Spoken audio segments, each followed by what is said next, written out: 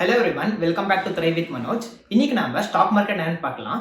நீங்க வீடியோ புதுசாக வந்திருந்தா வீடியோக்கு ஒரு லைக் போட்டுக்கோங்க, அப்படியே நம்ம சேனல் சப்ஸ்கிரைப் பண்ணிக்கோங்க.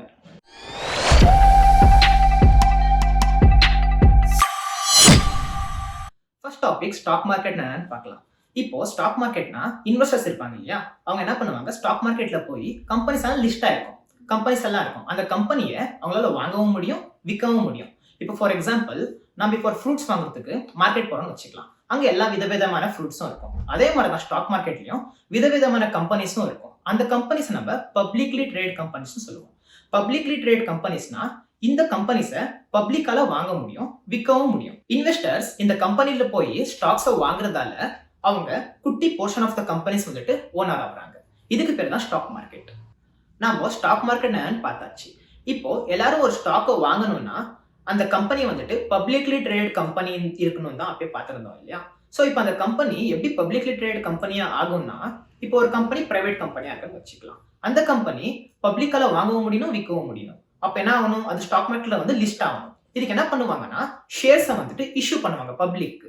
இதுக்கு பேரு ஐபிஓன்னு சொல்லுவோம், இல்ல இனிஷியல் பப்ளிக் ஆஃபரிங்னு சொல்லுவோம். இப்போ ஃபார் எக்ஸாம்பிள், ஒரு கம்பெனி இருக்கு. அந்த கம்பெனி 100% கம்பெனி என்ன பண்ணுது, 100 ஷேர்ஸா பிரிச்சு பப்ளிக்கு ஆஃபர் பண்ணுது, நீங்க வாங்கிக்கலாம். இப்போ நீங்க என்ன பண்றீங்க, அந்த 100 ஷேர்ஸ்ல ஒரு ஷேர் நீங்க வாங்குறீங்க. அப்ப என்ன ஆக போகுதுன்னா, 100ல வந்துட்டு ஒரு பங்கு நீங்க ஓனர் ஆயிடுறீங்க. இதே மாதிரி ஸ்டாக் மார்க்கெட்ல கம்பெனிஸ் ஆயிரக்கணக்கான லட்சக்கணக்கான ஷேர்ஸ் வந்துட்டு இஷ்யூ பண்ணும். இதை நீங்க வாங்கினா டைனி போர்ஷனுக்கு நீங்க ஓனர் ஆவீங்க. இப்போ நம்ம கம்பெனிஸ் வந்துட்டு எப்படி ஸ்டாக் எக்ஸ்சேஞ்சில் லிஸ்ட் ஆகுதுன்னு பார்த்தாச்சு. நெக்ஸ்ட் வந்துட்டு ஸ்டாக் எக்ஸ்சேஞ்ச் என்னன்னு பார்க்கலாம். ஸ்டாக் எக்ஸ்சேஞ்ச்னா இப்போ இந்தியால மேஜர் ஸ்டாக் எக்ஸ்சேஞ்ச் 2 இருக்கு.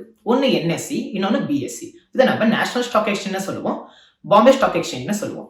ஸ்டாக் எக்ஸ்சேஞ்ச்னா என்னன்னா, இப்போ வந்துட்டு அமேசான், பிளிப்கார்ட் இருக்கு. இப்போ அமேசான்ல போய் நம்ம பொருள் வாங்குறோம், பிளிப்கார்ட்லயும் போய் நம்ம பொருள் வாங்குறோம். அதே மாதிரிதான் என்எஸ்சி பின்ன பிஎஸ்சில கம்பெனிஸ் லிஸ்ட் ஆயிருக்கும். இங்க போய் நம்ம கம்பெனிஸை வாங்குறோம்.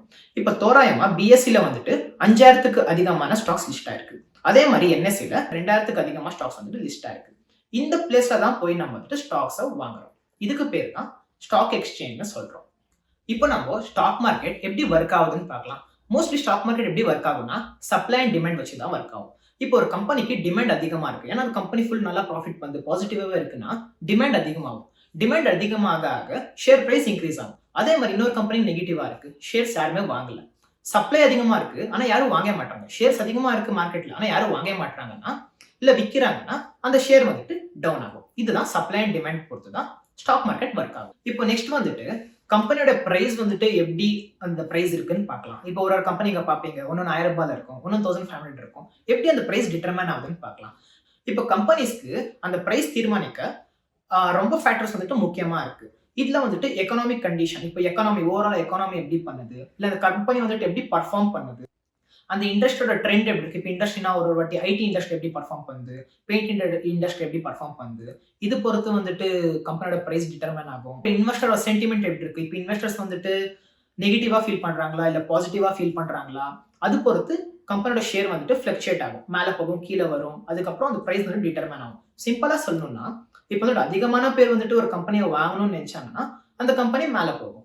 அதிகமான பேர் வந்துட்டு அந்த கம்பெனியை செல் பண்றாங்கன்னா அந்த ஸ்டாக் வந்துட்டு கீழே வரும். நெக்ஸ்ட் வந்துட்டு ஸ்டாக் மார்க்கெட்ல எப்படி நம்ம ஷேர்ஸ் வாங்கலாம்னு பார்க்கலாம், இல்ல ஸ்டாக் மார்க்கெட்ல எப்படி இன்வெஸ்ட் பண்ணணும்னு பார்க்கலாம். ஸ்டாக் மார்க்கெட் இன்வெஸ்ட் பண்றதுக்கு நம்மளுக்கு ஒரு brokerage அக்கௌண்ட் தேவை. இங்க brokerage அக்கௌண்ட்னா இல்ல புரோக்கர்ஸ்னா யாருன்னா, நம்மளுக்கும் ஸ்டாக் மார்க்கெட்டுக்கும் நடுவில் இருக்கிற பர்சன் தான் புரோக்கர். நம்ம வந்துட்டு இப்போ ஸ்டாக் வந்துட்டு பை ஆர்டர் போட்டோம்னா இது புரோக்கருக்கு போகும். அந்த புரோக்கர் தான் அந்த ஆர்டரை எக்ஸிக்யூட் பண்ணுவாங்க, ஸ்டாக் மார்க்கெட்ல போய் எக்ஸிக்யூட் பண்ணுவாங்க. இதுக்கு தான் ஒரு brokerage அக்கௌண்ட் தேவை. இப்போ ஆன்லைன்லேயே வந்துட்டு ரொம்ப புரோக்கர்ஸ் வந்திருக்காங்க. For example Zerodha, grow, Upstox, இவங்கெல்லாம் வந்துட்டு brokerage பிளாட்ஃபார்ம்ஸ். நீங்க ஆன்லைன்ல போய் சைன் அப் பண்ணிட்டு இல்ல லாகின் பண்ணிட்டு நீங்க இன்வெஸ்ட் பண்ணிக்கலாம். இப்போ நம்ம ஸ்டாக் மார்க்கெட்ல எப்படி இன்வெஸ்ட் பண்றதுன்னு பார்த்தாச்சு. நெக்ஸ்ட் வந்துட்டு ஸ்டாக் மார்க்கெட்ல எப்படி மணி பண்றதுன்னு பார்க்கலாம். ஃபர்ஸ்ட் வே கேபிட்டல் அப்ரிசியேஷன். அப்படின்னா இப்போ ஒரு ஷேர் நீங்க வாங்குறீங்க, அந்த ஷேர் வந்துட்டு இன்க்ரீஸ் ஆகுது, அதுக்கப்புறம் விற்கிறது நம்ம ப்ராஃபிட் பார்க்கலாம். ஃபார் எக்ஸாம்பிள், ஒரு ஷேர் வந்துட்டு நீங்க 100 rupees வாங்கிருக்கீங்க, அந்த ஷேர் 150 rupeesக்கு போகுது. இப்போ இந்த ஷேர் பிரைஸ் வந்துட்டு இன்க்ரீஸ் ஆயிருக்கு இல்லையா, ஸோ செல் பண்றதால மணி பண்ணலாம். செகண்ட் வே டிவிடெண்ட்ஸ் மூலமா.